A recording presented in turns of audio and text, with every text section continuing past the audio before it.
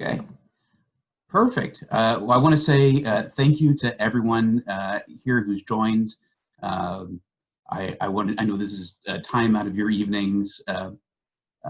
This is kind of been an idea that's been mulling around in my head for a little bit, of trying to offer additional trainings within the districts or council, which happen more on the regularity of roundtable, where it happens once a month, but that they're free.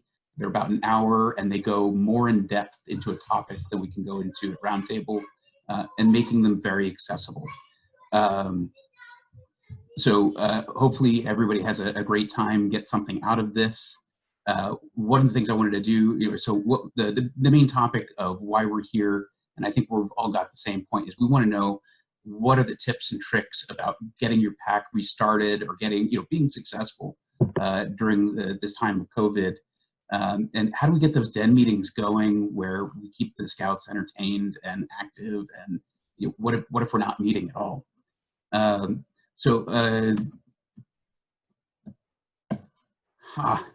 You can't see my screen. So this is where we all of a sudden learn we want to make sure we practice all of our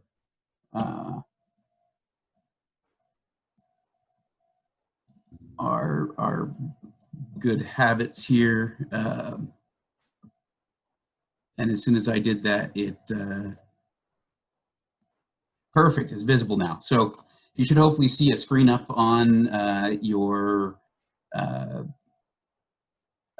on your screen as well. It's going to be the basis of where we're at. Just to let everybody know, this is kind of a work in progress. And I apologize ahead of time. It is a PowerPoint presentation. I am an engineer, and there are not as many pictures as there should be. So just a couple of virtual ground rules, and we may modify this a little bit.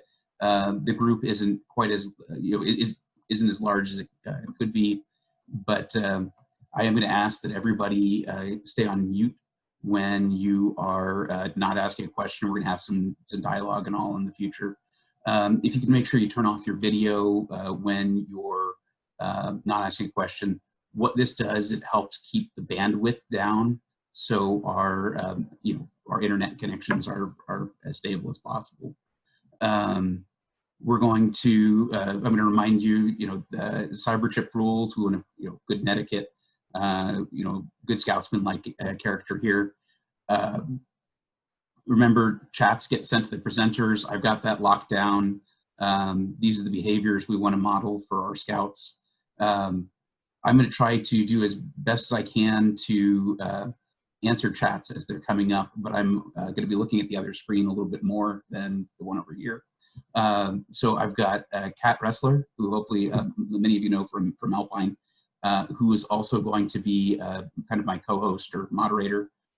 So if you shoot the message to Kat, she'll hopefully be able to answer you more quickly, or she'll try to track down those questions, and we'll make sure that if there's something that pops up a couple times, we want to make sure we get that. Every once in a while, my internet does just unceremoniously cut out. If that does happen, just know that I'll be back. And then I know for everybody else, you've got kids in the house. In the event that my kids come running and screaming or hear World War III, I apologize in advance. If they come in and start looking at the presentation, please look interested. We do this for the kids. So just a little bit about me. I'm Patrick Montemerlo. I'm the Cub Master of Pack 495 down in Renton Highlands. I am a volunteer. This is not my job, but this is what I'm passionate about doing. Is what I really love doing with my free time. I am part of the program. I am an active Cub Master. I help lead 2 dens. My daughter is a bear, and my son is now an Air of Light Scout. I'm also the district vice chairman for Mount Tahoma for program, as well as a couple other miscellaneous positions.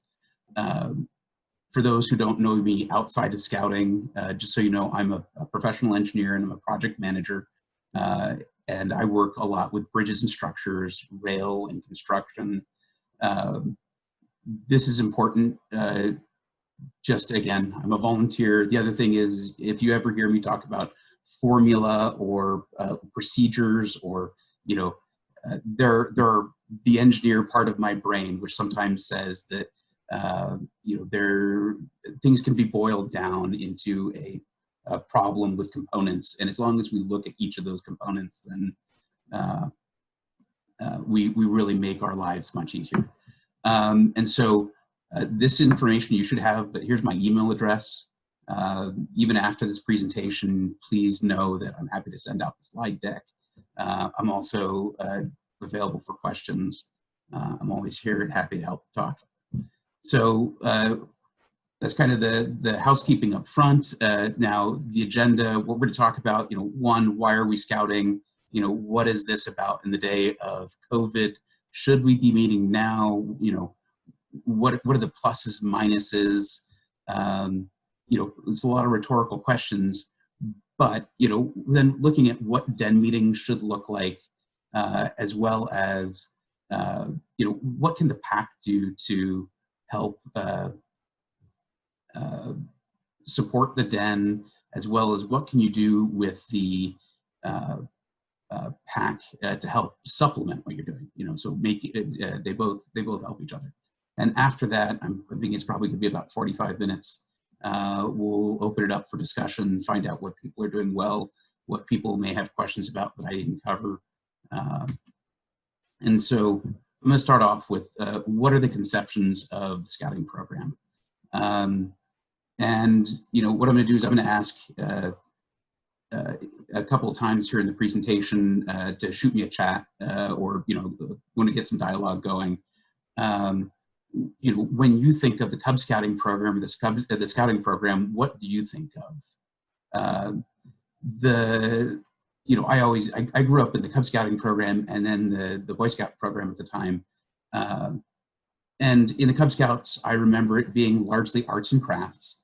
And then, you got out in the outdoors a little bit.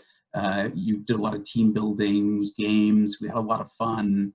And then once we got into the Boy Scouts, now Scouts BSA, we really got into that whole outdoor civic leadership program. You kind of see the whole knots, lashings, first aid. You're working on Eagle, and that was kind of a separate program. But the things that people think about when they see the Scouts is the old Norman Rockwell paintings where they're out having a good time outside, and those are all great parts about the program. But I want to remind everybody that's not the only reason why we're here. Something I didn't really start looking into until a year or two after I became a leader in the PAC and Scouts was what the vision statement of the BSA is. This was prior to when it was the dual gender program. Across the BSA, our vision has been that the BSA will prepare all eligible youth in America to become responsible citizens and an engaging leader, who's guided by the oath and law. So what this means to me is we want to have every youth in America, if we can, be part of the program. We want them to be a great citizen, being part of the process. We want them to know that that Scout oath and that Scout law is not just something we think about the day of our meeting or at the PAC meeting or at a derby. This is something that we do 24/7. Not necessarily that we're in the uniform, but these are the guiding principles that we want to live by. And so we have aims in Cub Scouting. And so our aims and what we're trying to get out there are character, citizenship, personal fitness, and leadership. Those are kind of big, broad strokes. And then there's methods. So I'm getting some thoughts that it might be aims and goals. That is another version of what we're talking about. This is the version that's on the BSA website now. The methods of scouting. So these are the tactics that we use to get to get to our aims and get towards the vision. So we have eight methods of scouting. And I'm going to read these out. I know this is the boring thing to do with a PowerPoint presentation, but I want everybody to kind of see them and hear them. These are the things that we do in Scouts to be good Scouts. We live the ideals. This is the whole idea of the Scout oath and the law and the motto, the slogan, all of these things. This is us living this all the time. Belonging to a den. It's that fellowship, the strength of, you know, the individuals coming together as a team. Advancement. This is one of those things where they're going to meetings, they're going to they're performing activities, and then they're getting recognition for those. We want family involvement, strengthening the family unit. Keep in mind that we are a family scouting program. So in addition to the den, we want the friends, we want the scouting family, you know, the family that scouts together, stays together. We've got activities. These are activities outside of the advancement. These are your derbies, your camping, your service projects, all of those things that you would do which don't necessarily directly relate to advancement. Serving your neighborhood, sorry, the service projects would go into there. And then the uniform, you know, learning how to be part of a group where we're all looking uniform. It kind of puts us all on even footing with each other and our scouts. So the question I would ask is, or state is, none of these specifically say that they're outdoors or in person. And so we can look at this back on the screen again. There are ways that we can do each of these activities or these ideals, these aims, these methods. The ways that we can practice this are by going outside and doing hikes, doing things. But a lot of this is activities that we can do, either one as a den where we're talking over the computer, or that we're doing as a family. And with all of that, we're strengthening our commitment to the aims and methods of scouting. So while we may not have the in-person hikes with the whole den or with your unit, having your family involvement and going on that hike together is another method for how to make sure that scouting is being done right. So the reason why I wanted to make sure we reinforce, we go through this, is it's important to remember kind of how we got here and look at the priorities of the scouting program and know that it's not just meeting in person. If we're meeting other ways, that's okay. So I think there's the question that we're all here to answer, to ask or answer, is why should we continue to meet during COVID? How many of us here are scouts because we want to do this just for ourselves? And if you have the reactions, you know, feel free to, you know, thumbs up. You know, if we're doing this just for ourselves, you know, make sure you give a big thumbs up. And I'm seeing no thumbs up, which is a good thing. We want to make sure that we're continuing to meet during COVID, not because of ourselves. It may help some of ourselves with you know, kind of that mental thing we all want to be around people, but we're doing this for the kids. We're doing this for the youth. We're doing this for the scouts. We want to make sure we keep the program going. We know that people get ingrained into habits. Those habits are, if I go to Scouts every Wednesday night, I know that's my thing I need to do. That's my time I set apart for it. If you skip a meeting and you say, well, that was pretty convenient. I had an extra evening, you know, the next meeting, you know, you skip it. Oh, I've just missed a second one. You know, the longer and longer we do this, the more we get out of the habits of doing some of the activities we would have normally done. The reason why I say this, the reason why it's important, is because of the fact that we want to get all of these scouts back. We want to make sure that after the summer is over, hopefully we're all still doing some activities over the summer, but as the school year starts back up again, however it looks, we want to make sure that we're engaging each of those scouts. And so the reason why we need to make sure we continue to have those scouts get engaged in some way, shape, or form is that we want to make sure that they're continuing in with the program and they're getting everything out of the program they can.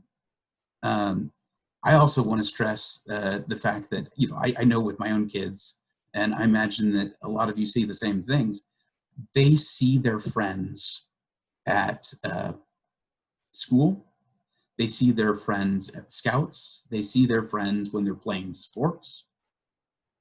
And right now, they're not meeting in person at school. The sports have all been canceled. And so really the scouting program is this place where we get to help strengthen the dens that you know, how do we take that social connection? We become the social education and the social training for these scouts. And so regardless of how your meetings go or what happens, the fact that the scouts are seeing each other and knowing that while we may be physically distanced, we do not need to be socially distanced.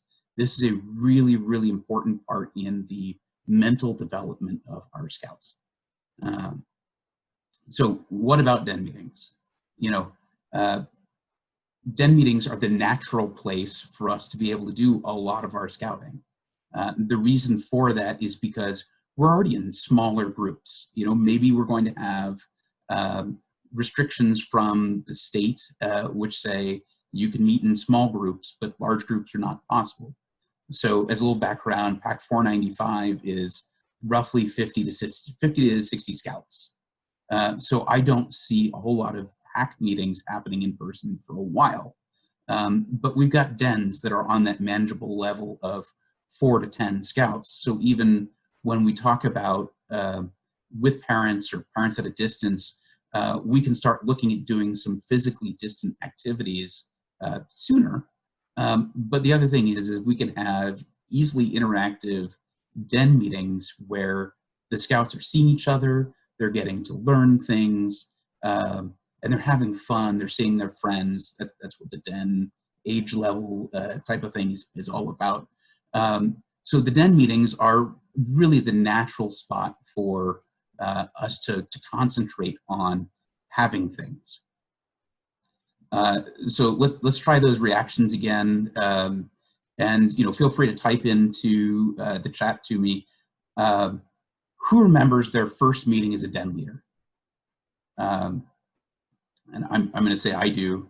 And tell me, you know, in the chat, what were your feelings when you had that first den meeting? I was thinking about this a little bit as was putting together the presentation and thinking about why you know, why there are PACs that may not be doing much with the digital den meetings yet.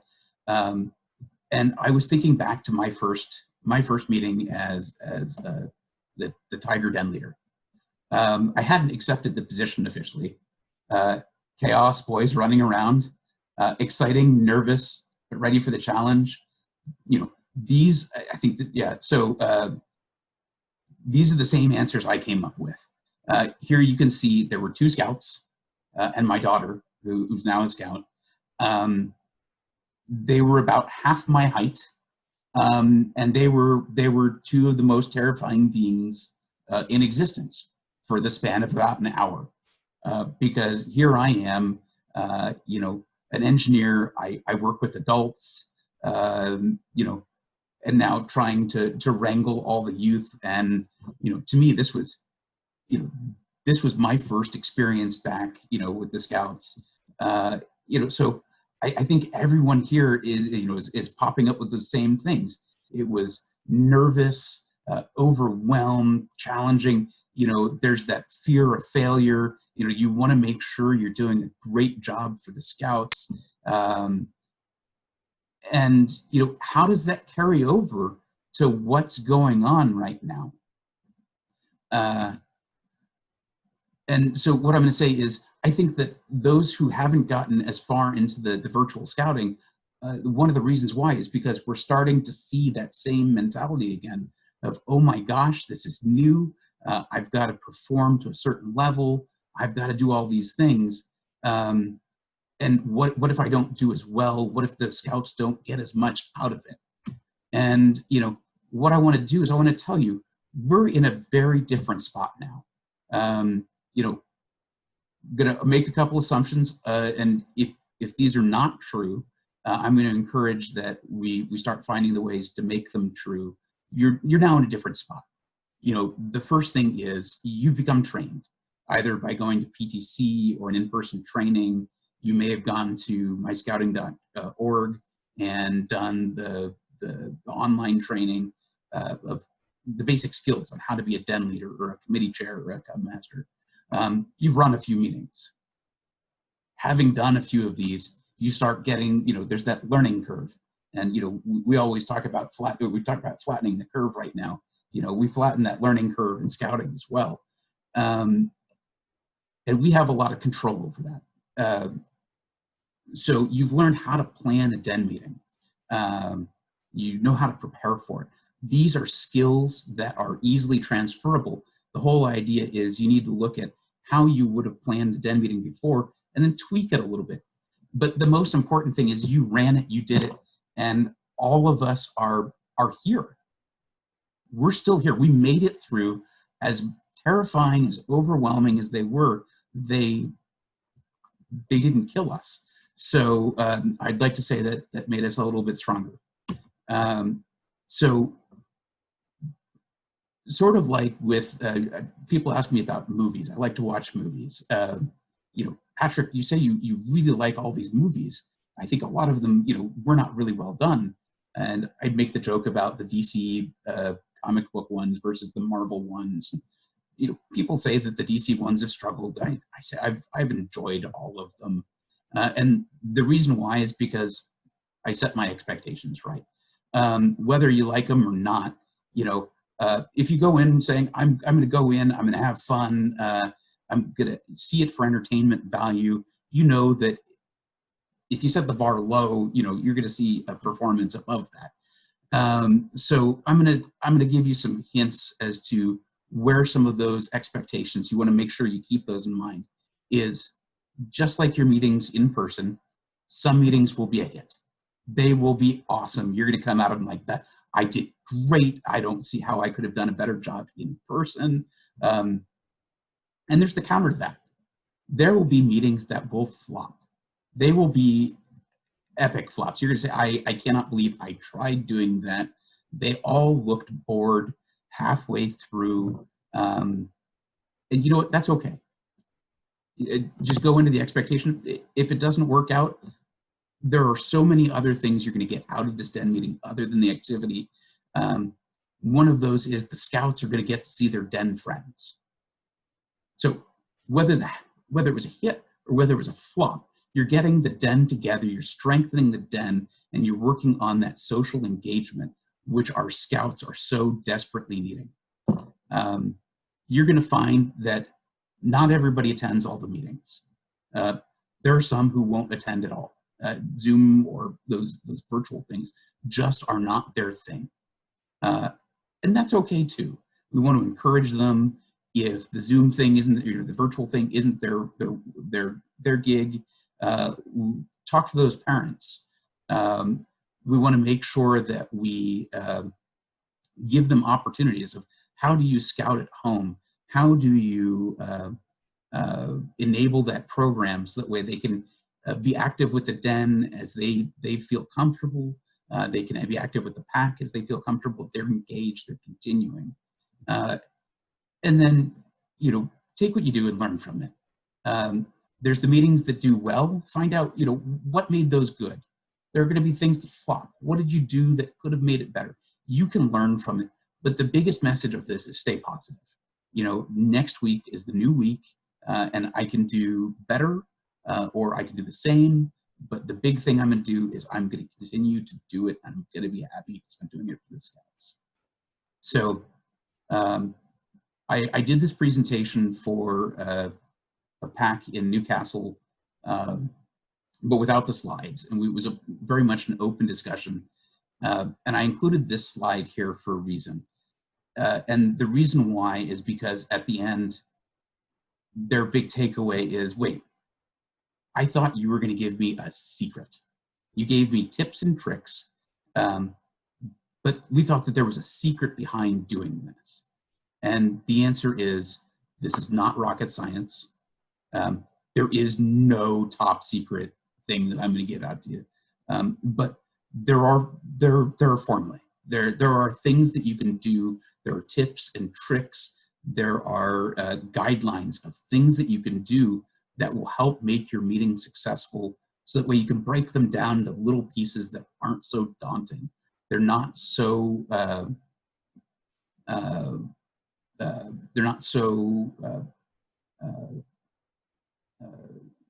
big, you know. So let me know if this is kind of what your typical in-person Den meeting looks like. This is kind of the general thing. So do a thumbs up if this looks familiar. We want to make sure, kind of like when we got together here at the beginning of the meeting, we said hi, we started exchanging some greetings. You want to keep them occupied. This might be a game, a coloring assignment. After that, you're going to do your Pledge of Allegiance, your Scout Oath, and your Scout Law. You want to make sure to do this every single meeting, so that way you're reinforcing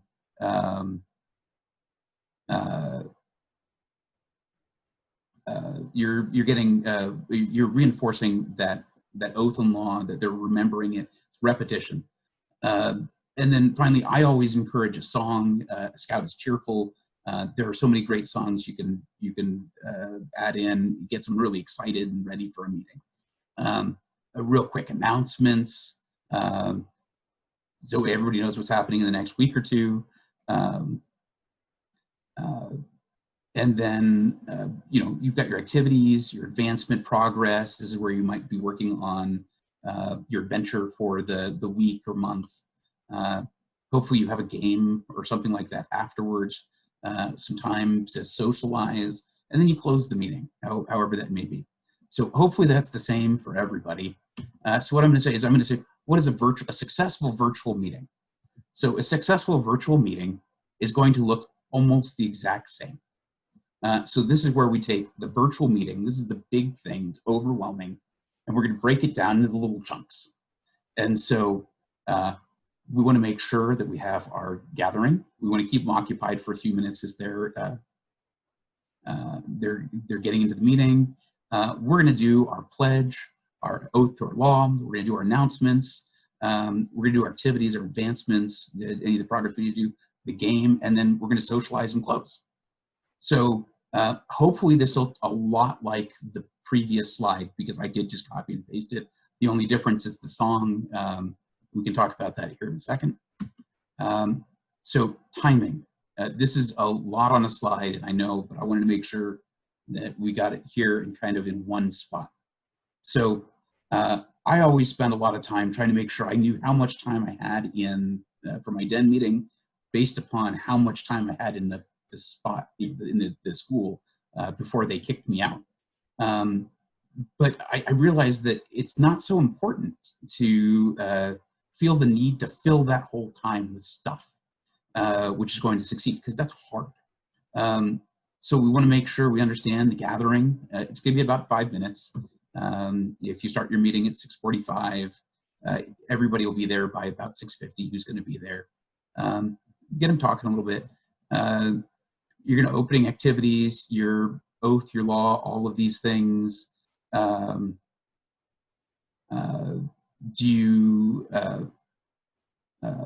got a great question on opening up video and audio. I'm going to get to that here in just a second. The announcements, we're going to keep them short. our adventure activity. This is something you want to keep an eye on. 15 to 30 minutes of things that we're trying to do together. A game, 5 to 10 minutes. We want to remind them if they've got things that they need to do. It's going to take a couple of seconds, maybe a minute, and then we want to give them 15 to 20 minutes worth of socialization time at minimum. And so right there, if you add up all of those times, we're finding that we're already 45 to 75 minutes. So here, all we have to do is realize that there's the gathering, same thing we always do every week. The open activities, same thing we do every week. The announcements, they're going to change, but kind of the same thing.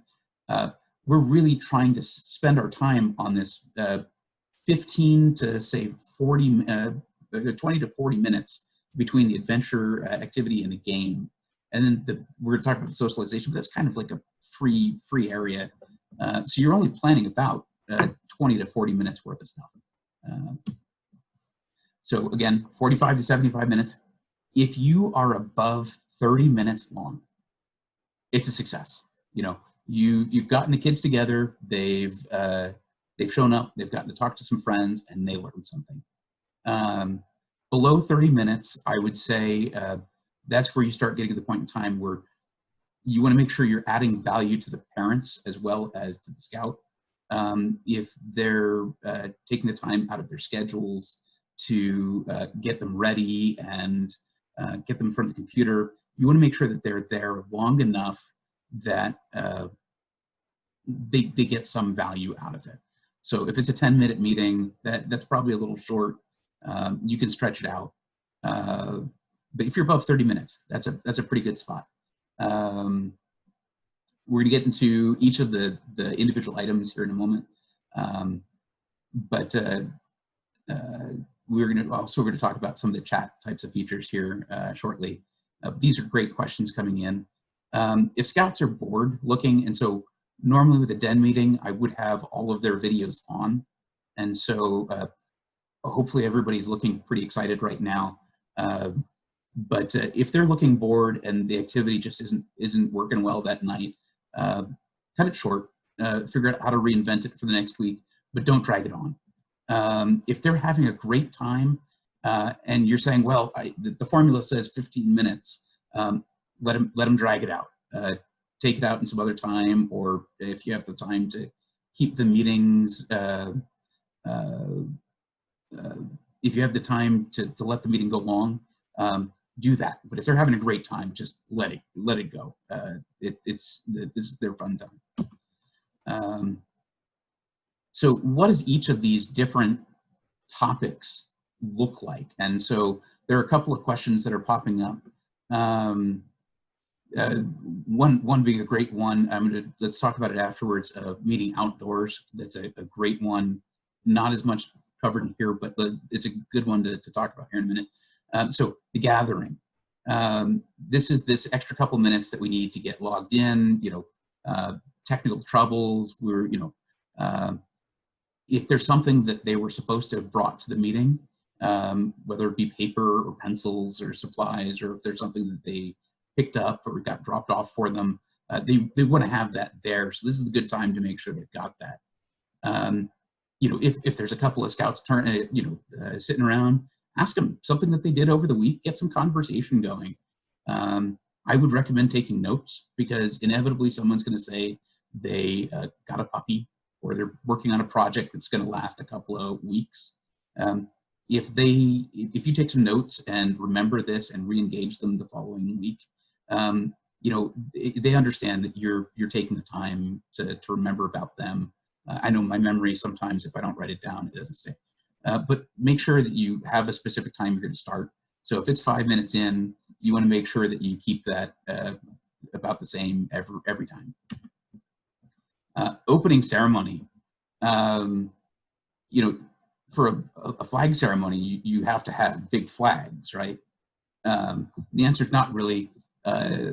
One of the important things I learned in Baloo, the training for outdoor, for scout leaders, is whenever you're in uniform, you've always got a flag. You can use a background. Great question coming in. Do I require Class A uniforms on Scouts and virtual meetings? The answer is no. For our den meetings, we're typically in our Class B. We have bright yellow back shirts. They're nice and comfortable for doing things.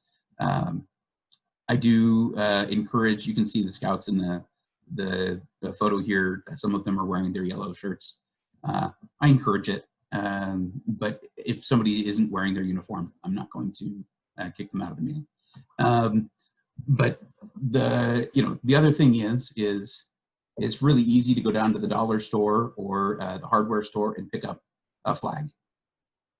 So you can see it pops up on my screen because I'm holding it there, and then I can put it right back down. It's ready for my next meeting that I'm going to host an hour later, and it's just there. There's no reason not to do a flag ceremony because you don't have a flag. There's a lot of great ways to do that. So you want to make sure you do your pledge, your Scout oath, your Scout law. You can do a song. There was a question that popped up a little bit in terms of socialization. Do we have the Scouts stand for gathering? Not always. And the reason why is because if I stand, and I will warn you, I'm wearing pants, but then you can't see them. So you're doing the grand old Duke of York. So Zoom tips and tricks 101, make sure to always wear pants.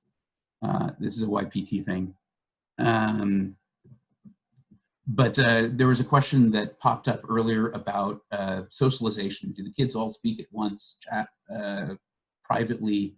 We're going to talk a little bit about the chat function here in a few minutes, but the answer is no, you don't let them chat privately because of the fact that you cannot control that. While they've had their cyber chip, you can get issues of bullying, and you want to make sure that you're monitoring all communications. For speaking all at once during socialization time later, I'm just going to let them open up all of the microphones. If they talk over each other, that's fine. During the pledge, oath, and law, I have everybody open up their microphones. So if anybody is a Harry Potter fan, you know the Hogwarts theme song where it's got words but no tune. So you finish whenever. Everybody has a great time just doing something together. YPT, do I include? Yes, always more than one adult on virtual meetings with me. We have a lot of co-den leaders for ours. I also encourage parents to make sure they're in all meetings. And so there's the opening ceremonies. I'm going to throw out something if there are any Webelos den leaders. Make sure that at Webelos 1, you start incorporating the outdoor code and the leave no trace for your Webelos, because once they become Arrow of Light Scouts, they need to know that, not only for their Arrow of Light, but to earn their Scout rank. So by repetition, doing it every week, they're going to learn it way up front. Announcements. This should be pretty basic. You want to make sure you keep them very short. You want to make sure that they're age appropriate. You don't need to go into fundraising details and all of the minutiae about parent meetings, things like that. What you need to make sure that you have announcements for the kids are what you're going to do next week. If you've got a derby or a hike or something that they have to look forward to, you want to make sure they know about that and they can remind their parents, hey, we want to go do scouting things. If you have announcements that need to go to adults, you want to make sure that goes a different direction, whether that be email, text, remind, Facebook, leaders meetings, adult meetings, however your pack does that, make sure that you keep the more adult announcements towards the adults, because that you don't want to lose your audience super upfront. So what do each of these, sorry, I'm reading the top slide. Activities, advancements, and progress. This is the meat of the activity that you would be doing. You want to make sure that you've got your adventure planned a month or two in advance, just in terms of your schedule. I like to schedule out the whole Cub Scouting year for each of the dens, so that way adults can volunteer or be voluntold. which adventures they're going to help the den leaders with. And what it is that way you could have the supplies and activities ready either a couple weeks beforehand. We're going to talk about why that is in a little bit, or that if families need to have something ready, that they know to have their pencils, pens, scissors, soil, whatever they need to know that beforehand. Make sure that if you're looking for things to fill up your advancement, look for guest speakers, people that might be more entertaining on a subject or more knowledgeable on a subject than you might be. Incorporate other parents. The best meetings I've ever had were the ones that I wasn't leading the adventure part. When we talk about plants and gardening and growing things, like that's not my forte. I can talk about lots of things, but if there's a parent who loves gardening and plants and doing all of that, they're going to show that passion to the scouts, and it's going to make it a much more entertaining topic. There's a lot of things that are already out there and taught on things like YouTube, either on scouting channels, on the first aid, like the Red Cross has videos on first aid. You don't have to feel the need to reinvent each of these things. And one of the things that's almost makes this digital teaching, the things that makes this digital teaching almost easier is that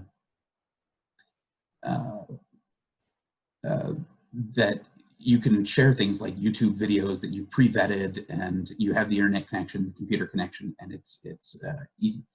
How do you make sure that guests and parents will be interesting, engaging for scouts? Hopefully, the best way to do that is if they're volunteering for something. It's usually something that they enjoy, and so they're going to show that excitement. Making sure that you talk with the volunteer beforehand. What are you going to show? What are you going to present? What are the things that you're nervous about? Those are all ways to kind of vet how that adult will present, and you can really help kind of learn how you might have to jump in or supplement with other jazz hands and showy stuff as the meeting goes on. But guest speakers might be a fireman. It might be a doctor. It might, a lot of these times, scouts are just going to be interested to hear from somebody different than their parents. So virtual tours. I heard that one pop up. Virtual tours are great, and so great. I'm actually going to make sure I write that one down. There are times where we have to visit museums. Museums around here are expensive, in my opinion. I grew up in the Washington, D.C. area, where all of the museums were free. So we got to do a Smithsonian tour of the Natural History Museum. And I said, I remember going on a scouting field trip and being in the same room that you're in right now. 3D hikes are a great idea. So there are all sorts of ways that you can help supplement your adventures and that we didn't have access to. And then you can add those in with the other family aspects of, doing a hike or going outside, those things where you may or may not have folks comfortable with meeting in small groups. Games. This is something that all the scouts look forward to. They want to play some sort of game with their friends. It's also one of the things I've heard a lot of concerns from about leaders of, I don't understand. I've run a scavenger hunt for the last 6 weeks and now they're all bored. Don't do the same game every week. But do find things that, if you have something to take with the scouts, try to find things that are like that or variations on a game. And we're gonna go through a whole bunch of game ideas on the following slides. So hopefully if you have more, let's share them.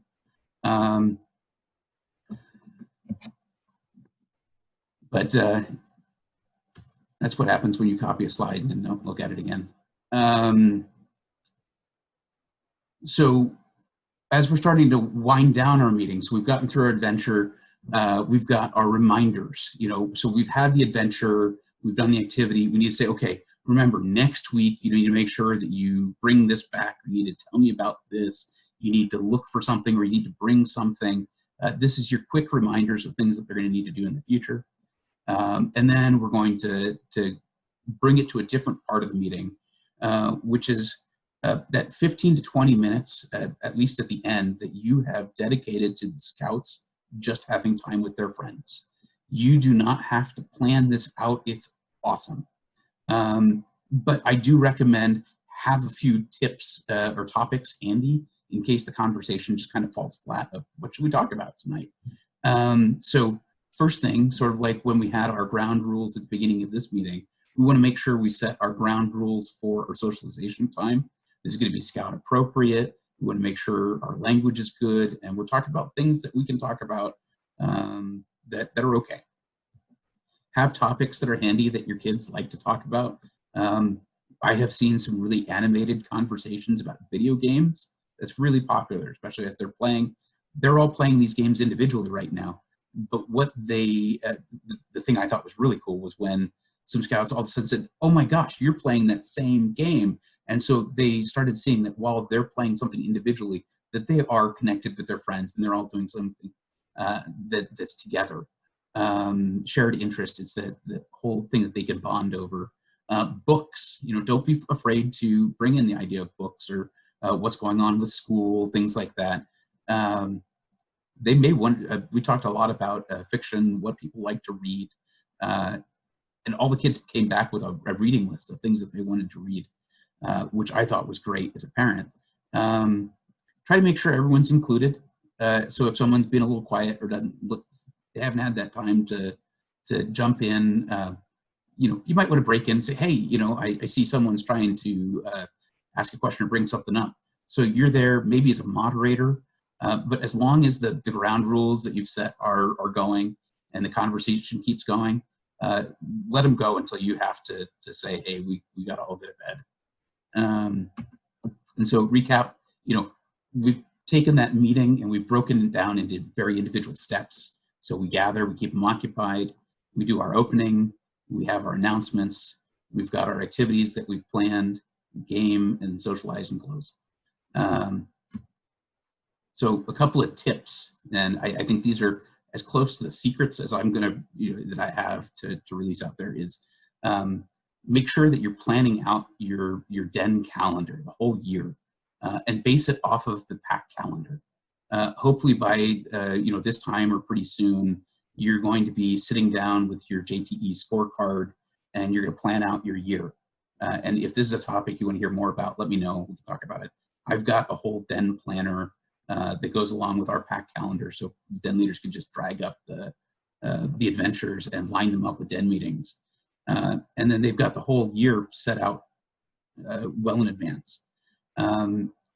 Make sure that you have parents taking on whether they're leading a presentation or an adventure or whether they're just preparing the activities. So that way it's less stress on the den leader.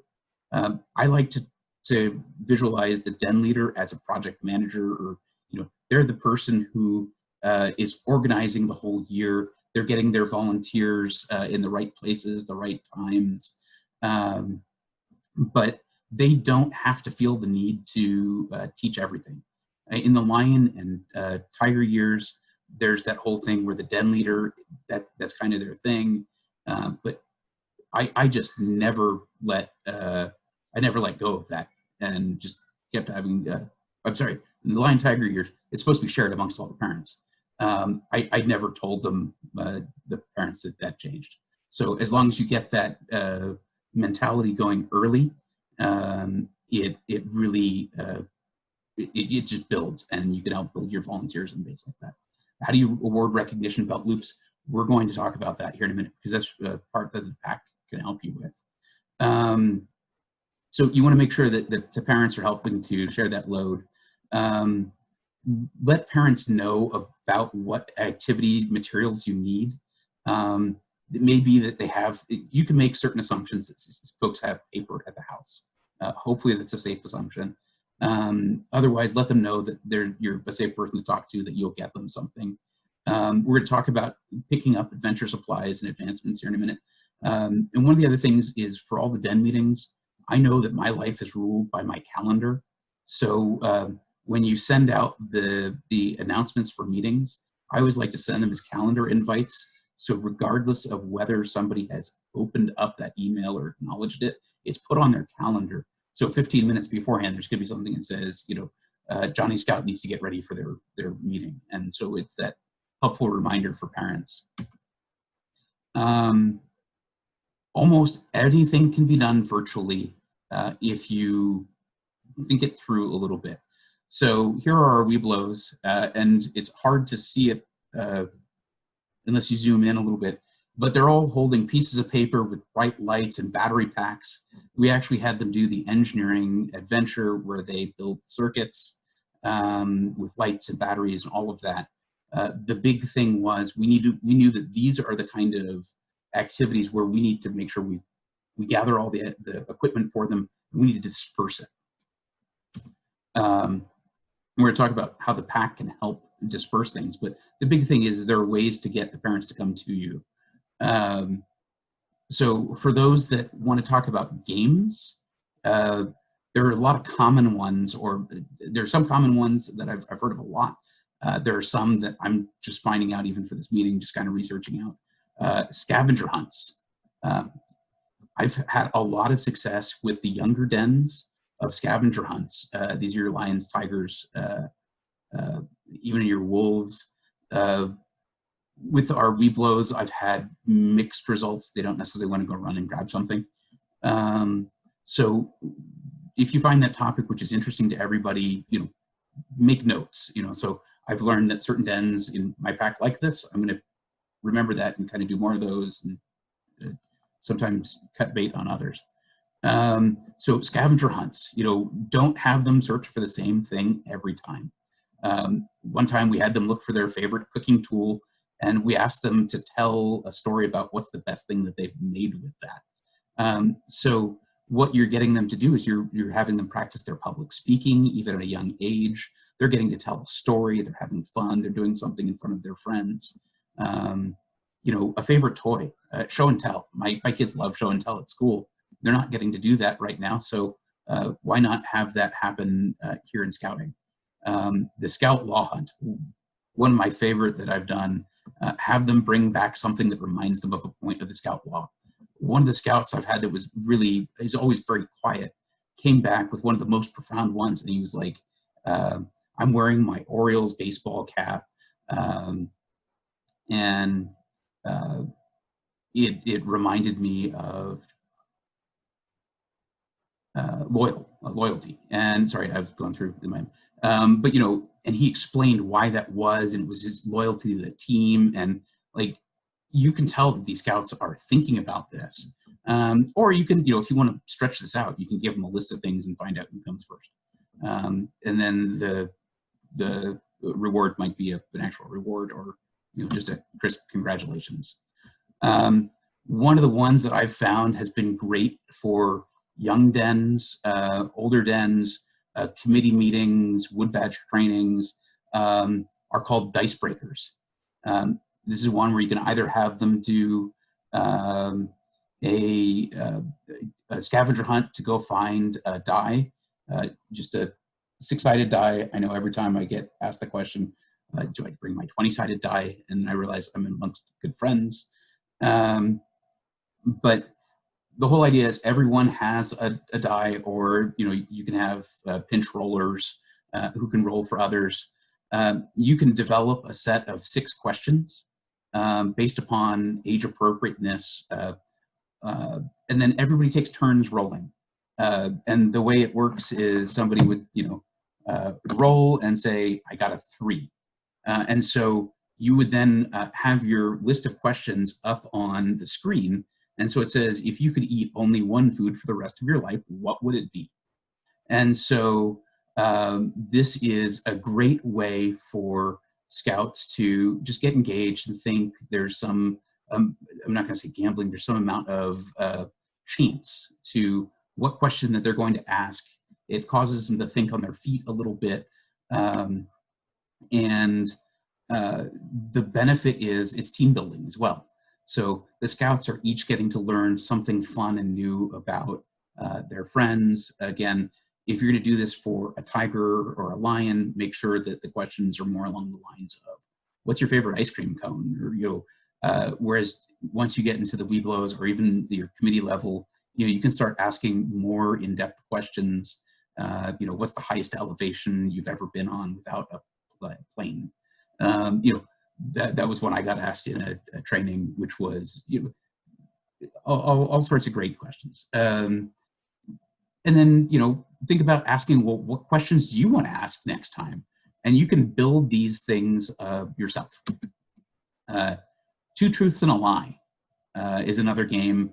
If you haven't played it, again, this is a team building thing. It's not necessarily about trickery, but there is some strategy to it. Each participant gets to go around, have their turn. They think about two things which are true and one that is not true. And everybody else gets to guess which is the untruth. So an example that I'll throw out there, I've got multiple published papers on inflatable telescope lenses. That's number one. I lived in a teepee for 10 weeks, or I earned Eagle Scout at the age of 14. If anybody wants to throw in on your chats, 1, 2, or 3, one being multiple published papers on inflatable telescope lenses, 2, lived in a teepee, or 3, earned Eagle at the age of 14, which is the lie. And I was thinking that was going to go a different way. There are people who actually know me pretty well. So seeing these pop through, everybody is actually realized that I am different enough that, yes, so truths. I have multiple published papers on inflatable telescope lenses. That's what my master's research was on. I lived in a teepee for 10 weeks as part of Scout Camp staff. So the inaccuracy or the untruth is I earned Eagle at age 14. I earned Eagle at age 13. So there I tried to make sure that it was Scout-like, but at the same point in time, it made people think a little bit. So just a fun game. More games. So Guess Who. If anybody's played the game Guess Who, this is not one that I've done in a Scout meeting, but it was one that I thought looked good. If you have all the Scouts that have the actual game board, this is one that you can play. It's got a flip-up thing with lots of people. You can have them play that easily across the Zoom or whatever platform you're using. Or you can have them come in with disguises or costumes, and you can have the rest of the Scouts kind of have a fun time guessing what they are or who they are. So you can always make variations of the games that you have. Word associations, brain games. This was one I was in a meeting, and it stumped me. And then I said, well, I wonder what would happen if we did this with Cub Scouts. And it worked out really well. So word associations. So you want to make sure at the beginning of this game, you define rules and time limits. The first person who starts off has a topic. Pop stars of the 1990s. Who knows? And they're going to say, Kat, I choose you. And they then have a set time, 30 seconds to list off 5. And you want to make sure that time limit and the number is consistent amongst all players. But they then, it's kind of who can come up with their 5 things. Easier one might be video games. I came up with 5, Pong, Dr. Mario, Tetris, Asteroid, Zelda. I would have never come up with those that fast, but just an idea. Paper plate Pictionary. I couldn't find a picture of somebody doing this virtually, but you can have this kind of be your story time, where you can have everybody with a paper plate or a piece of paper. You're gonna have it put it on their head with a pencil, and they're gonna try to draw a picture of something that has to do with that story that you're telling. But you can see that they cannot see that picture any better than you can. And then they hold that up to the screen, and then their fellow scouts can guess one by one what part of the story everybody was thinking about, and you can have a laugh and a good time at everybody's really creative drawings. Other things which have been really popular nationwide, there's an online game sharing system called Kahoot, where you can find educational games, tic-tac-toe, all sorts of things, and you can run them across the platform. I haven't used it yet, but it's been really popular. You can use the whiteboard feature in Zoom to pull up, and you can all draw on the screens. You just have scouts draw on the screen together as long as you warn them beforehand. It's got to be scout-like. But you can also play tic-tac-toe. And then also things like Mad Libs are a lot of fun. Jeopardy, there are Jeopardy creators, and I am going to try to speed up a little bit here just to make sure we get to a lot of discussion time, but I've got the whole evening for everybody here. Uno, if everybody has their own Uno deck, you can play Uno with their own draw pile. One that's scalable is you can also do Den Leader Cub Master Says, kind of like Simon Says, but on a big scale. Cub Master Says, pat your head. The answer is who's in, who's out, and the answer is nobody cares. So now here's the question that popped up of how do I get advancements? How do I get things out to people? What can the unit do to help support the dens meeting productively? So the first thing that we did, and this was on our very early committee meetings in our pack, you could tell because my hair was a whole lot shorter then. The first thing we did was we all said, we're going to commit to running this program. We're all going to do one thing per week for the scouts. And that was our commitment. And we knew that if we committed to doing that, then that was going to be the thing. We all are going to then push each other and say, hey, this was our expectation. The first thing we did was we didn't necessarily agree to what we were going to do, but it was just going to be something. So one person did pre-recorded YouTube videos, one person did Zoom meetings, and there were some inconsistencies. And the nice thing was we found out what worked best for our scouts. What we found out was that Zoom meetings where parents got invitations by calendar really worked best for us. Plan a calendar and stick with it. So we plan out our pack calendar a year in advance. We've already done this for this upcoming year. We don't care whether we're going to be able to meet in person or not. What we know is that we will have an event which is something similar to what we planned, but it may be virtual. We may have an alternative. We want to have as much consistency amongst the dens as we can. We want to make sure they're each getting about the same number of den meetings. The reason why is so that way parents, when they compare notes, they're all having a good time equally. Committee meetings. I recommend having at least a committee meeting a month. As you're starting to get things going, you may even find that you want to have 2 committee meetings a month. We started doing that for 2 reasons. One, things are just changing so quickly. You're learning from each other what's working well, what's not, and you're going to be sharing that information at a fast pace. The other thing we found is that the committee is our group of friends, and so we're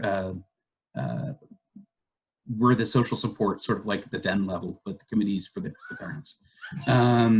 You want to make sure that, going back to the question of advancements and awards and things like that, you need to make sure you recognize your scouts. These might be at virtual pack meetings where you're calling them out and saying, hey, they've earned all of these things. The other thing that the pack can do is facilitate drive-through events. And so here's a picture of a drive-through event. What we had is all of the parents knew what time to show up.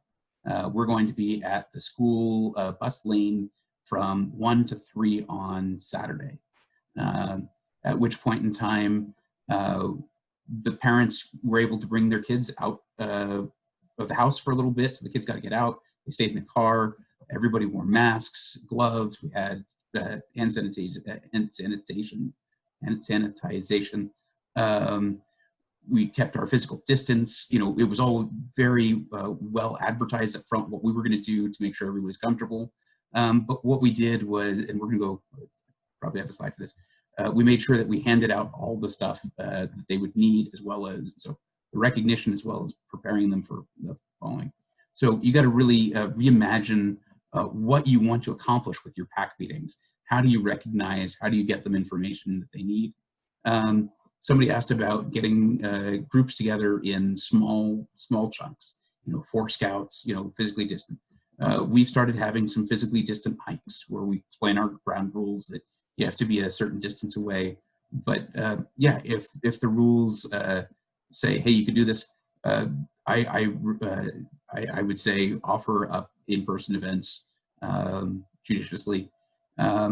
Units can also plan virtual derbies, virtual campouts. You've seen the ones done by the National. We're going to do some virtual movie nights. We also ran our Friends of Scouting through a drive-through event and met our goal, which was great. So here's a picture of our drive-through activities. You can see how each of the leaders is spaced out. You want to make sure you're very transparent about the safety precautions that you're taking, that whether they're allowed to get in and out of the car, whether they're allowed to walk up, not. You want to make sure you follow your local guidance. If it says that you can have no more than 5 people, limit the number of leaders who are there. Make sure everything's transparent. And I recommend doing the same things that you might have to do at work or restaurants. Do your temperature symptom checks and make sure you record that, just to keep everyone safe. And we're getting down to the last couple of slides. So a couple of Zoom tips and tricks. We've been trying to practice as many of these as possible. When you got your meeting invitation, it had a link. This was not posted up on a website or a Facebook. You want to make sure that things are shared as privately as possible to help limit the audience that are going to come in to only the people that you expect to be in there. If you are sending out your meeting invite as here's your code for your meeting room, and you want to make sure you send out the password for that.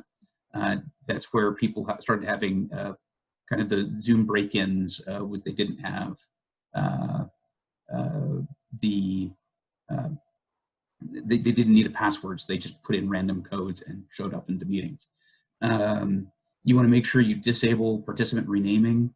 I did learn this the hard way of Scouts all of a sudden taught me that they could rename each other, which one is distracting, and 2, if they're being unscoutly, like they can put not necessarily a bad word, but something which might hurt somebody's feeling as somebody else's name. So you just want to, you can hedge that off by just making sure nobody can rename each other. But you as the host can still do it. So if somebody needs to change it, that works as well. I recommend limiting the chat feature either to only the co-hosts or to a limited number of people, but don't have them chat privately. There's all sorts of reasons why you don't want to do that. There are other reasons to just turn off chat because it avoids all YPTE items. And then, as you saw when you entered in, there was the waiting room. So waiting rooms can help control who gets in and who gets out. With this event, I was a little leery about doing it because of the fact that I don't know everybody who was planning on showing up. So I defaulted to letting folks in, but we did still have it. One of the things that I knew I was going to do poorly, you can start seeing that I'm staring over here, but my camera's over here. That's because I keep wanting to look at all of the names and the people. But you want to make sure you know where your camera is, and hopefully you remember to talk to it. Make sure you review all of your cyber chip and digital etiquette with all your participants or your scouts. Don't be afraid to use the mute or turn off video as you need. Don't forget, and this is something I do every time when I share a YouTube video, is I forget to share the sound and then nobody can hear it. There's a button on Zoom that says share sound. So just a tip. And then the other is make sure that your host ends the meeting for all at the end of the meeting, so that way the scouts don't stay in after the adults have left and continue talking unsupervised. This is last couple of tips and tricks here. take a screenshot of every meeting that you are in. This is a hint I give to all Den leaders when they're even having in-person meetings. Take a picture of every event. It helps you remember who was there, but it also, when they go to their crossover, you have your slideshow all built up for every event they've ever been on. Make sure that you have 2 adults on every call as a minimum. These are just your YPT rules. Consider having co-hosts, one who might serve as a moderator. In a small meeting, this might not be as important, but having someone who can help control the waiting room so that you're not having to pay attention to that while doing other things, it's a lot of fun, I think, for doing that tonight. And then 2 is just make sure you're having fun, because if you have a good time, that's going to show off. So other resources, online trainings. So if you haven't gone through your Den Leader or Cub Master trainings, things like that, make sure you go do that. That'll help set your foundations. I want to make sure I encourage Roundtable. I would like to start setting up more of these. It's almost like Roundtable Part B. So it's going to be the second or the 4th Thursday, or Thursday's offset of this. So it's kind of a is it legal to take screenshots of the kids online? The answer to that would be sort of like with taking a picture at a scouting event. As long as they've signed their participant acknowledgements, then you're going to be okay with that. And then we also make sure that after each of our meetings that our screenshots are shared with each of the families. And we're not doing a candid shot. This is everybody pose with your funny hat. And one of the reasons I've actually had a couple of parents also ask for these, the kids will hang them up on their rooms and think about their friends for the following week. So October 17th, there's going to be the Program and Training Conference, PTC. It will be virtual this year, so lots of great courses. You can also get your basic training. And then a lot of us are Cub Scout leaders. I will let you know Wood Badge when we can offer that again. Is an amazing training for leaders, even at the Cub Scout age. So with that, I came to just over an hour, which was about where I was hoping to be. And with that, I'm gonna I don't want to say necessarily stop speaking, but what I'll do is I'm gonna stop sharing my screen, and I'm gonna open it up to everyone here. If folks have questions that they would like to ask, or if you want to turn on your video, I think we've got 18 to 20 people in here now. So I think we should be able to handle that on bandwidth. If you want to open up your microphones, ask a question, this is a great time for discussion.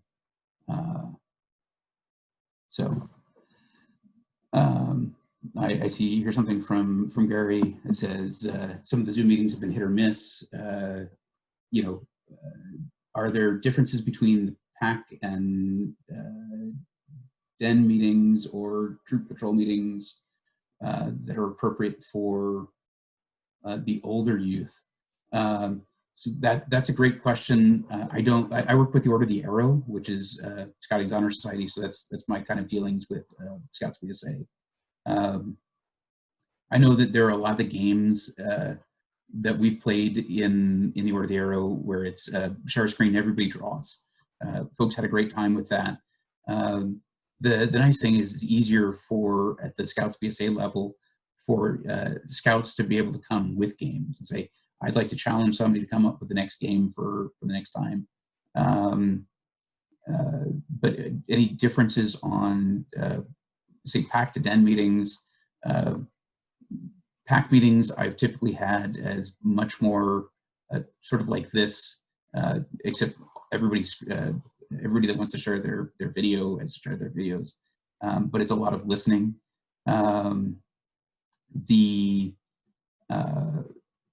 The big thing for judging older versus younger Scouts sometimes is just trying to be as age appropriate as possible, trying something and then just on the fly or the following week make sure that you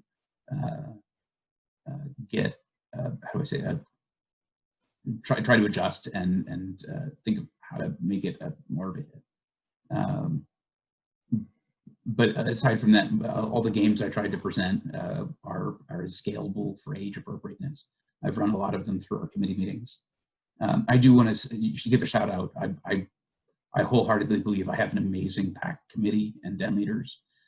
These are not my findings. These are the findings of all of us. But I have it's a collective sharing. So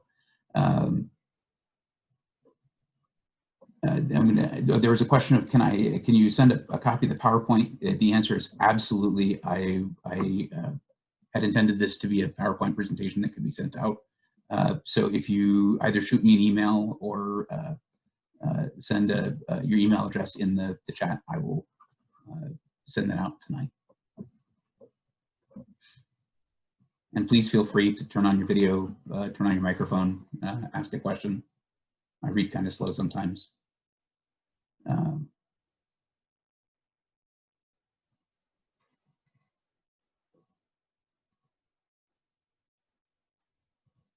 So either I did a really good job, or we've got folks that don't want to ask questions. Can I offer up oh, Kat, yes? Oh, I was just going to say, for dens that maybe haven't been meeting because they were waiting for something like this to help them get trained, what's the easiest way to ease the scouts back into meeting? That's a great question. I think the first thing would be just to, I would say, set up a Zoom, or first thing you got to do is pick out what platform that you want to use. I don't work for Zoom. I don't get sponsored by Zoom, but it is a pretty common platform. I know a lot of us are used to it. Send out an invite to whatever platform you're going to use, and organize a very low stress event. You know, just say, hey, we want to get all the scouts together. This can be done over the summer.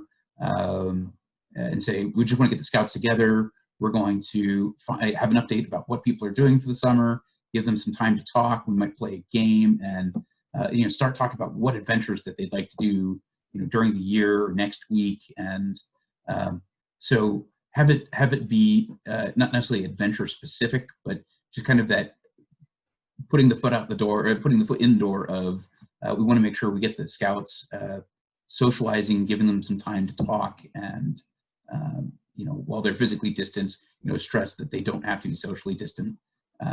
This is the great time for them to get some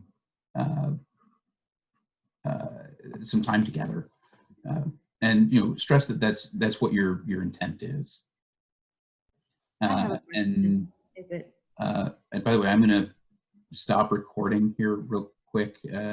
I'll keep recording just in case. May I ask a question? This is Jamie. Jamie, absolutely. Okay, great, thank you. So for my den, should I have the parents just come and pick up from my house like a week or 2 weeks before the meeting, or what do you think is the best way of doing that for like supplies they would need during that meeting? That was a great point I didn't touch on as well as I should have. So one of the things we've done with our drive-through ceremonies is we've been holding them about monthly, and they kind of take the place of some of our PAC meetings, where it's more the recognition part. And so what we're doing is we're trying to prepare as many of our activities for the drive-through event. And so what ends up happening is, as the families drive through, they'll get to see their den leader, and their den leader kind of cheers them on and says, here's your packet of stuff, your yo-yo, your seeds, your soil, whatever they're going to need for that next month. Or maybe if all of your the den members live pretty close, you can set them on your front porch and say, hey, come on by and pick up your packet. I would recommend having it a week or two at least before you're going to have the activities. I wouldn't try to plan more than a month out, just because they're going to lose whatever you had prepared for them. But the nice thing is that that gets everyone the really big reason to get out. They're going to go, they're going to pick up their advancements. You're going to hand them all their awards, their patches. You're going to cheer them on. Your great job. This is the recognition part of the program that we really want to stress. And then, they drive through. Here's your supplies. Here's a reminder for the next event we're going to have. And here's your Friends of Scouting pamphlet. Can you pull up 5 feet and park, fill it out, and then hold it out the window, and I'll collect it. That was my favorite so far. But we got our Friends of Scouting goal. So make them worthwhile. Did that answer the question, Jamie?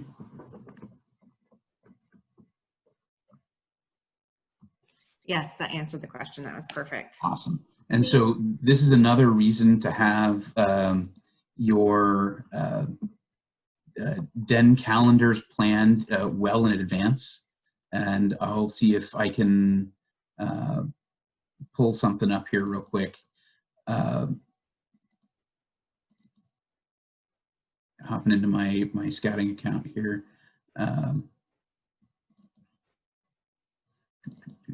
Sorry.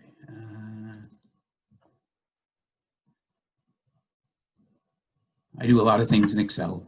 That's the nature of me. But let's see. We'll share a screen. That one. Hopefully, is everybody seeing a PowerPoint presentation? Or did I share the wrong one? Yes. Awesome. So something's popping up. I'm sorry. Yes, it's Excel. That was a trick question. So since an Excel form popped up, that was the right answer. This is our Scout calendar. I've actually got another presentation on planning a pack a year using your Journey to Excellence. But what we do after we've planned out our calendar on an actual calendar is we transcribe this onto the Excel sheet. So it's the pack calendar at a glance. Here's the years. You can see we've got a record of previous years. For each month, we've got our theme. We've got all the dates of activities, what that activity is going to be. So we've got our den meetings, the parades, the roundtables, bridgings. We want to, if it's a Scout event, we want to make sure we set up our uniform expectations. There are some things which are designated kind of for adults. Those are our district roundtables, things like that. We try to put on our committee version of the calendar, we'll have training. So here you'll see Wood Badge, Blue, PTC are all labeled there for training activities. And then to the right of that, we've got our lions, tigers, wolves, bears, webelos too. So on one calendar, you can then say, okay, here's your den meeting. And you can type in, so I'm going to scroll down to the very bottom. So I've typed in all of the adventures for that rank. And so then we can type it, we can copy. And so our tigers on our first den meeting, we're going to have My Tiger Jungle. And I know that having done this, it's going to take this was a bad example, by the way, because that's in the summer. I'm going to hop over here into where we've got our den meetings have now started back up. So I know it's going to take probably another meeting or two. That's a pack meeting, den meeting. I'm going to put another one there. And then the important thing with each of those, the next column is the volunteer leader. So I can say that Kat has volunteered to teach that. And so her name is now on this. And when you give out the den calendar for the year, that expectation, months out is already set. They know months ahead that they have a meeting or two that they need to prepare for. But this is just kind of a handy feature for now when you start looking at planning your October or November calendar of what you need to get prepared. You already know which adventures that you're planning on doing, and you can look at what supplies you need, and you know when you need to give it out, because you're going to look down to where your last pack meeting is and say, okay, well, if that's my drive-through event, I want to make sure all those supplies are ready by that night. So I'm happy to send that out with the PowerPoint presentation. What I will also do is I will try to condense it down to a one-page document. So it's all of the dates with the scout activities on it, when the uniform. On the flip side of that, if I'm doing a paper version of this, I like to put something else useful on the back, like the typical BSA packing list. So that way when we get to go camping, that it's there. You know, on a virtual type of thing, if I'm handing this out at a drive-through event, I might have, you know, a s'mores recipe or, you know, something fun that the kids can do. So. Hey, Patrick, I have a question. Absolutely, Jed. Thanks for that. That's helpful. I like this this organization. Was there another app that you gave in your presentation that you said helped you kind of plan your den activities? This is it. Okay. Did you have an acronym for it, or What's that? something that you called it? Oh, I thought you mentioned it like an acronym for it or something like that. But anyway, okay, that's great. This is it. This is the tool. Like my den planning calendar is yeah. I'd have to look back. I apologize if I used an acronym, but okay. No, I like it's very helpful, and I like the idea of figuring out. You know, the pack meetings are more of just the recognition, because obviously some of the group activities are not going to function well, but the core is the den, and then the recognition, and then dispensing supplies. You know, that came through clear in your presentation. And then there are still ways to have really engaging programs for your pack meetings. You just have to plan. You might have to plan them out differently than you would have. We have had I think a pretty successful campfire and digital camp out a couple weeks back after our online. We had a semi-in-person bridging ceremony where it was a drive-through ceremony. Each scout was able to get out with their families and cross the bridge. We were all standing far apart, but they got to have the pictures of their recognition. And then sort of like we would normally have our camp out after our bridging ceremony, we had all the scouts who wanted to send in skits. They sent in skits. We assembled all into a big campfire, and we hosted it through a Zoom meeting. And we had the scouts set up tents in their backyard or in their living rooms, and they watched the skits together, and it was a blast. So, but a follow-up question, if I may. Yeah, absolutely. Yeah, regarding the like, for instance, the different adventures that they go through. I found that, like, on the in-person, we would do some of the activities. We'd probably knock out some of the tasks at each of our den meetings. Mm-hmm. That might be more difficult to do. How do you think the compliance will be, and is it even a concern? You know, that some kids may not be able to get to everything. We've actually had pretty good compliance. And in fact, we've had the things that we've had a hard time getting to in meetings have been some of the outdoor things of go on a hike. But the nice thing has been when we've told the parents, you need to go on a hike, you know, when we laid out the expectations of what they would do, you know, we kind of, you know, gave them their roadmap of how to teach that lesson. We got really good results. And not only that, we got positive feedback of, hey, I went on a hike with my kids. It was a lot of fun. And, you know, thanks for pointing out the things that we should be looking for, you know, tracks on the ground through kind of, you know, muddy areas, or, you know, make sure you listen, you know, remind them to be silent. So if you give those tips and tricks, that'll help a lot of parents. But most things you can actually do online. If there are specific examples that you want to ever bounce off us, let us know.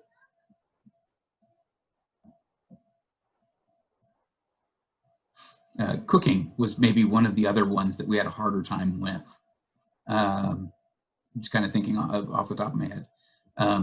At the same point in time, we're finding that with a lot of families that are staying at the house now, the kids are actually starting to take on more cooking responsibilities, or they're getting more interested in, parents are maybe engaging them more. Hey, you want to try, helping to cook family dinner?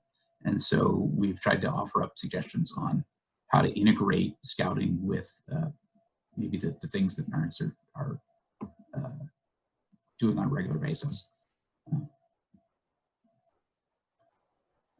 That's a great story. I'll just share something that's kind of related to that, is that through our day camp process, the idea of just making pigs in a blanket or something like that, that got my boy into extending his food.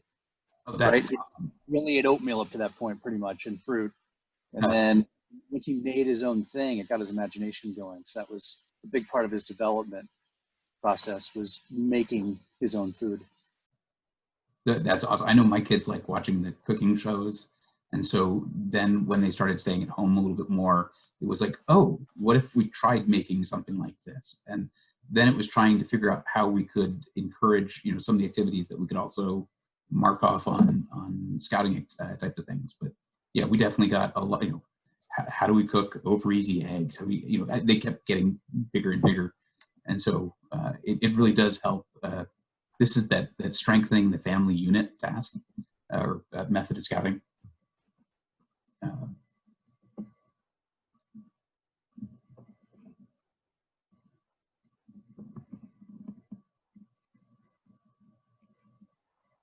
Fun trivia question too. Food. Oh, Kat's had recipes. I think Kat's trying to hint off something that I either should have done or did do. But I haven't figured it out yet.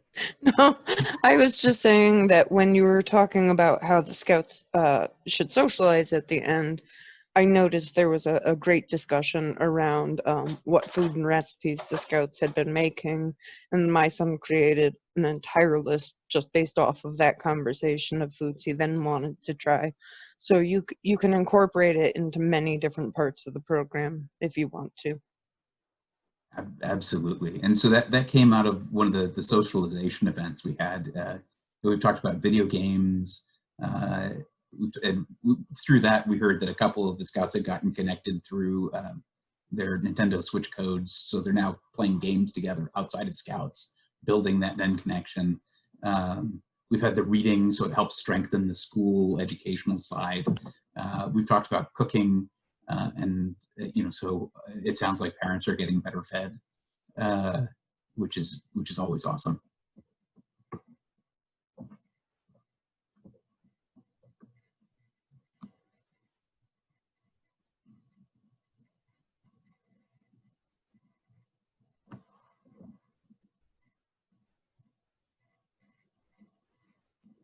So are there other questions that might be good topics for another time? And if people have to drop off, I'm happy to leave this on. I have a question again. This is Jamie. Absolutely.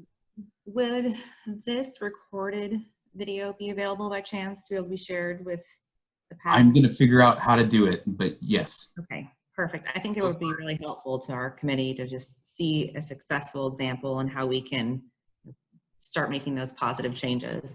Sure, and I've offered to committees in the past if ever it helps to have me come in and talk or give a similar presentation or smaller just discussion. I'm happy to help do things like that. Perfect, thank you. Training on doing virtual PAC meetings, that's a great one. So absolutely.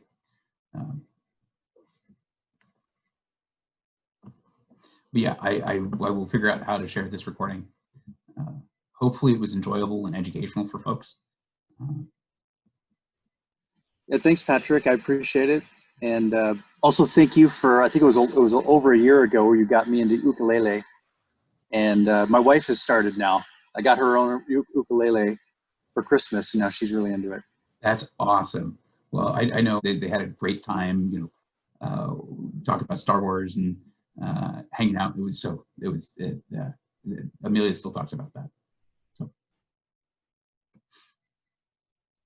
if people want to know more about songs and scouting, that's another favorite topic of mine. Yeah, if you don't have it already, I think what Patrick shared with me was the songbook, and the ukulele chords are so simple, right? So if you had any idea, I mean, ukulele is really easy to pick up, I think, compared to guitar even, because you only need 2 fingers. And I have 2 fingers that I can spare. And you can fit 4 ukuleles in the space of a guitar. So it's easy to bring.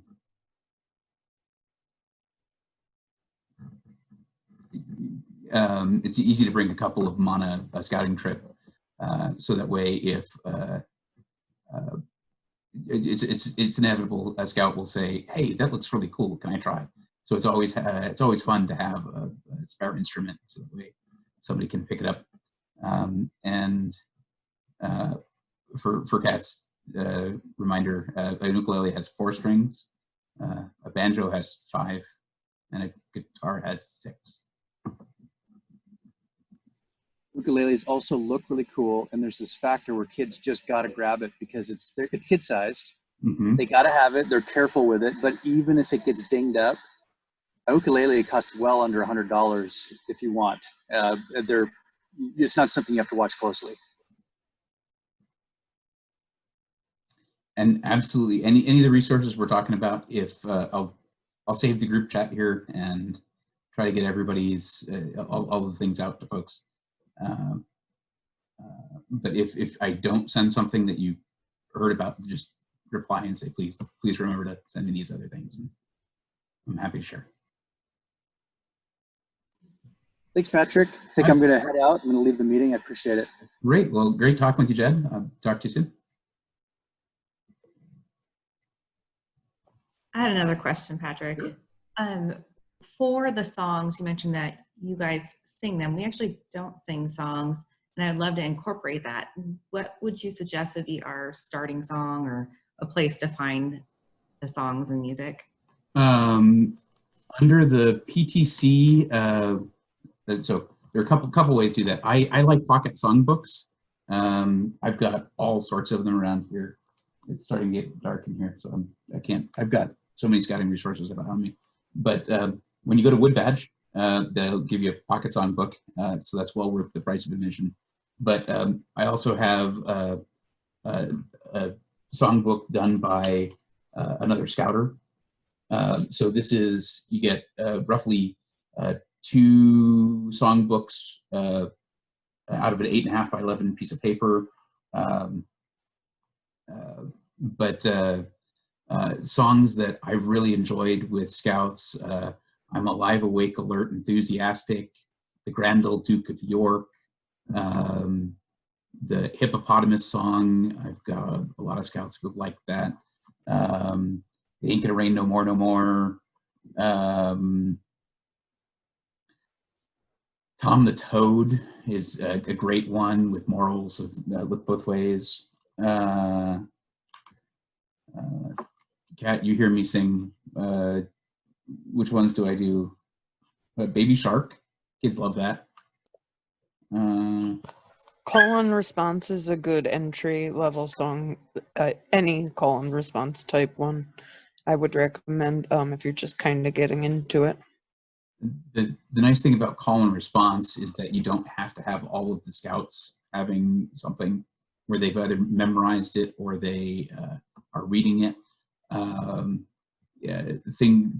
Kat, that's an awesome point. Call and response is something where you might say a line and they'll repeat it back.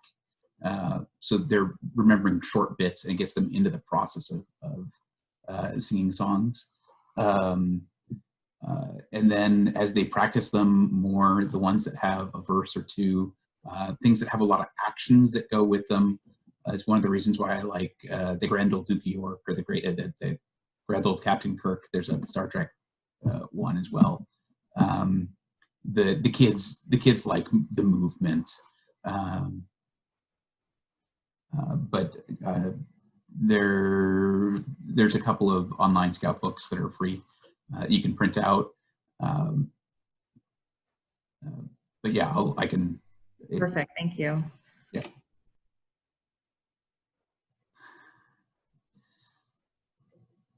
Kat, I just have to say that when I read the note Princess Pat, I forgot that that's a song, and I thought that was what you were calling me. So we're we're going to remind ourselves that Princess Pat is a song. Yes.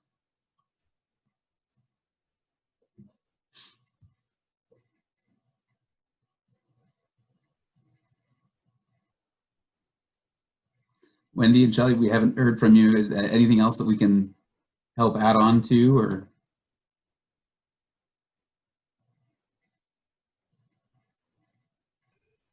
I can't think of any other questions, Patrick. It's been a great evening. Thank you. Awesome. Yeah, hopefully, yeah, this was meant to be kind of a trial for online things, for things like BTC.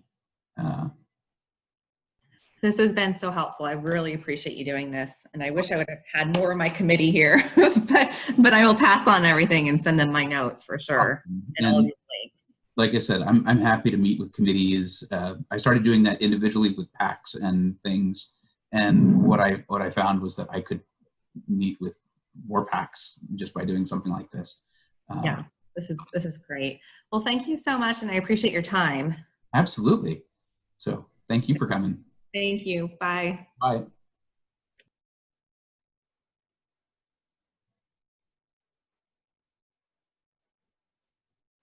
Shelley, were there any questions that you were dying to ask and hadn't gotten a chance to?